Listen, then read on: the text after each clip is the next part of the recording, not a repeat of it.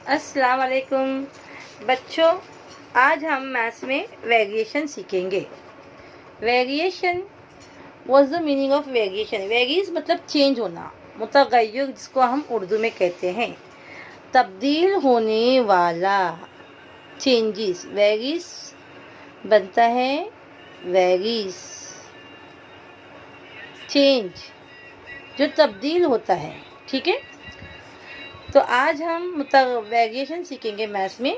सबसे पहले देखते हैं ये टेबल जो हमको एग्जाम्पल के तौर पे दिया गया है। यहाँ पे नंबर ऑफ नोटबुक्स यानी एक्स कंसीडर किया गया है, और नेक्स्ट है कॉस्ट, कॉस्ट यानी कीमत, कॉस्ट इन रुपीस यानी कीमत रुपयों में।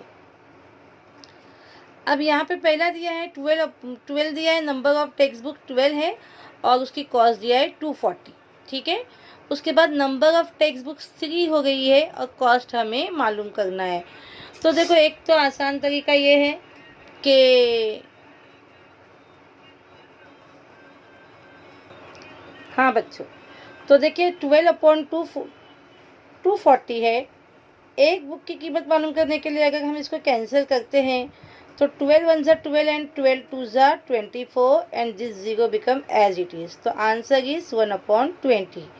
तो ये जो 1/20 है ये है कांस्टेंट, कांस्टेंट नंबर। ठीक है, अब ये जो रेशियो दिया गया है हमको 3/बॉक्स 9/बॉक्स, number of books and rupees जो दिया गया है, तो इनका जो रेशियो आएगा वो 1/20 के हिसाब से ही आएगा। चलिए देखते हैं किस तरह। अब देखो 12/24 आंसर आया 1/20, राइट। अब ये 1 है, अब यहाँ जाके नंबर ऑफ बुक्स कितना हो गया, 3 गुना बढ़ गया, 3 हो गया। तो ये जो रुपीज़ जो है उसकी कॉस्ट जो है वो भी 3 गुना बढ़ जाएंगी। And you know what is the answer of when we multiply 20/3? कितना आंसर आएगा, 60। तो इट बिकम्स 3/60। अब यहाँ देखिए नंबर ऑफ बुक्स 9 हो गई, पहले 1 था तो अब 9 हो गई, 9 गुना बढ़ गया। तो पहले जो कीमत थी 20 उसको अब 9 गुना लेना है हमें, तो इट बिकम्स 180। ठीक है, तो इस तरह ये बॉक्स कंप्लीट होगा। और जब हम इसको कैंसिल करेंगे, चलो एक ले लेते हैं हम, 3/60 ले लेते हैं। जैसे हमने 3/60 को लिया, देखते चलो कांस्टेंट जो नंबर आया है हमारा, ये जो कांस्टेंट आया है उसको देखते कि सबका आंसर 120 आता है क्या। तो 3 1 ज़ा 3 and 3 2 ज़ा 6, 0 as it is 1/20। See here also in 9/180 में भी देखिए, चलो कैंसिल करके देखते हैं 1/20 आता है क्या। 9 1 ज़ा 9, 9 2 ज़ा 18, 0 as it is 1/20। तो what is this 1/20? This is constant number, है ना। तो ये जो वेरिएशन का हमें टेबल दिया गया है, इसमें कांस्टेंट क्या है, कांस्टेंट है 1/20। It is constant. The number of notebooks and their cost are in the same proportion. ये एक ही प्रोपोर्शन में, तुम इन सब को सॉल्व करोगे, ये दोनों है, आप इसको सॉल्व करके देखिए। अब देखो यहाँ पे नंबर ऑफ बुक्स 1 थी, 1 कैसे आया था, मैंने इसको शॉर्ट कर दिया था, है ना, कैंसिल किया था। अब 24 हो गई, 1 को जब हम 24 से मल्टीप्लाई करते हैं तो 24 आता है, 24 1 ज़ा 24। तो इसकी कॉस्ट को भी आपको किससे मल्टीप्लाई करना है, 24 से मल्टीप्लाई करना है, और इसका आंसर आ जाएगा। इसी तरह 1 multiply by 50 become 50। So you have to multiply this 20 by 50। तो what is the answer you get over here, okay. Constant है 1/20। अब in such a case if one number increase then the other number increase in the same proportion।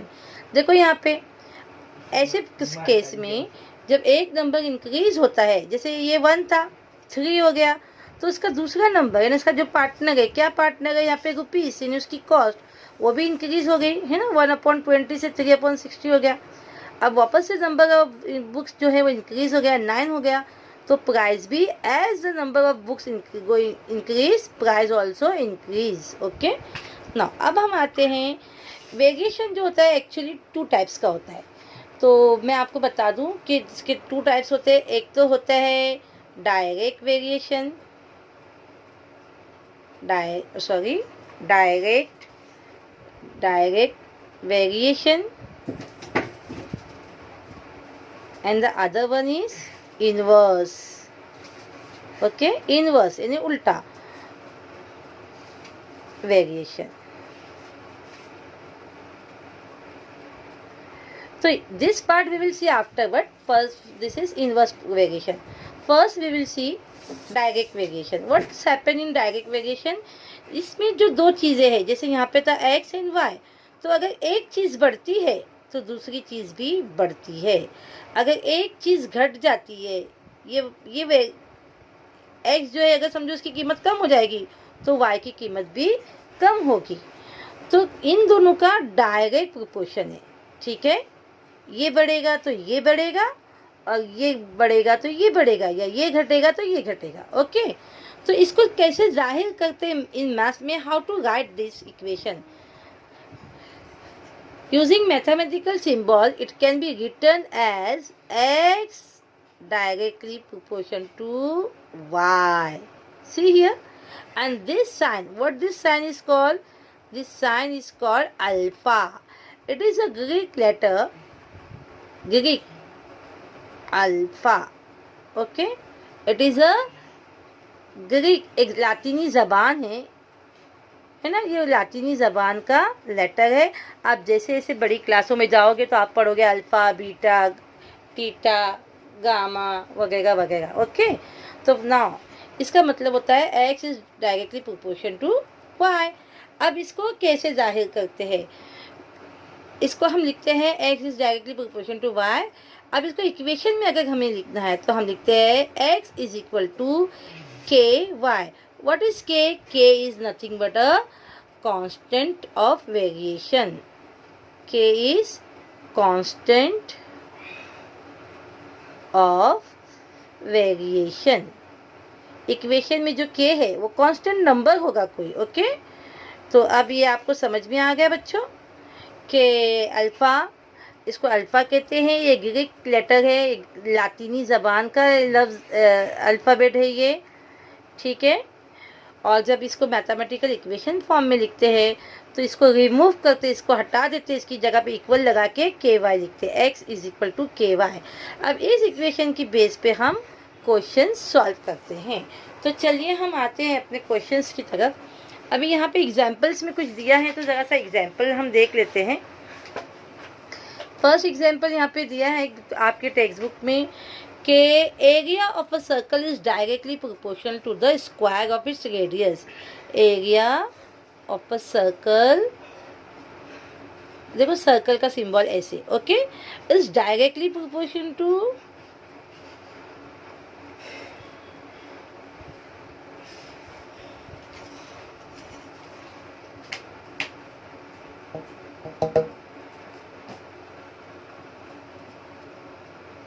square of the radius, to square of its radius. What does it mean? It means, पहले हम देखते हैं कि इसको कैसा लिखेंगे. तो area of a circle हमने लिखा, area of a circle okay is directly proportion to square of इस रेडियस. हम जानते हैं कि एरिया ऑफ अ सर्कल का फॉर्मूला क्या है? A is equal to pi r square की फॉर्मूला है ना. वे पाई जो रहता है हमारा वो नंबर रहता है, कांस्टेंट रहता है. इसका मतलब क्या हुआ? इसका मतलब ये है कि अगर रेडियस बढ़ेगा तो एरिया बढ़ेगा. जो डायरेक्टली प्रोपोर्शनल में जो दो टर्म होती है, यहाँ पे कौन सी दो टर्म है? A and r. If radius is going increasing, area also increase. Okay, अगर रेडियस बढ़ता है तो एरिया भी बढ़ता जाता है. इसी तरह यहाँ पे दिया है pressure of liquid.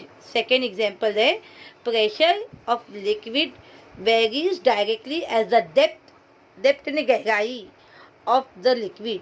This statement is written as pressure का पी. ये पहली एग्जाम्पल थी, ये दूसरी एग्जाम्पल में लिख नहीं गई हूँ, आपकी किताब में सेंटेंस दिया है, मैं सिर्फ उसकी इक्वेशन बता रही हूँ आपको. ओके, ये ऐसे. हाँ, फिर इसके बाद दिया है, चलो इसके बाद हम आते हैं एक्सरसाइज नंबर 7.1 पे आ जाते हैं हम डायरेक्ट. फर्स्ट क्वेश्चन है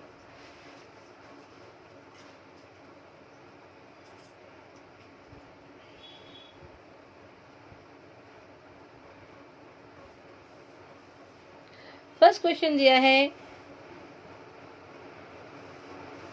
right the following statement using the symbol of variation. What is the symbol of variation? You know, आपको पता चल गया है, ये है वेरिएशन का सिंबल। ओके, तो आपको इसे इस्तेमाल ऐसे, आपको इसका इस्तेमाल करके क्वेश्चन को सॉल्व करना है। ठीक है बच्चों। Circumference of a circle is directly proportional to its radius. Circumference यानी मुहित, सर्कल का जो मुहित होता है। What is the circumference of a circle? Suppose it is your circle, तो इसकी जो इसका जो मेजरमेंट होता है उसको कहते हैं हम सर्कमफ्रेंस। सर्कमफ्रेंस,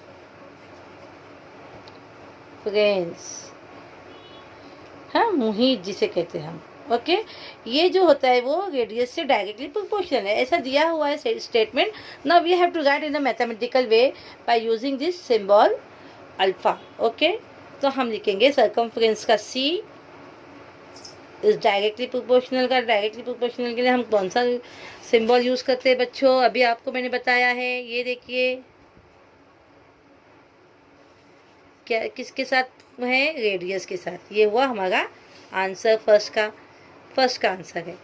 ठीक है, सेकंड दिया है,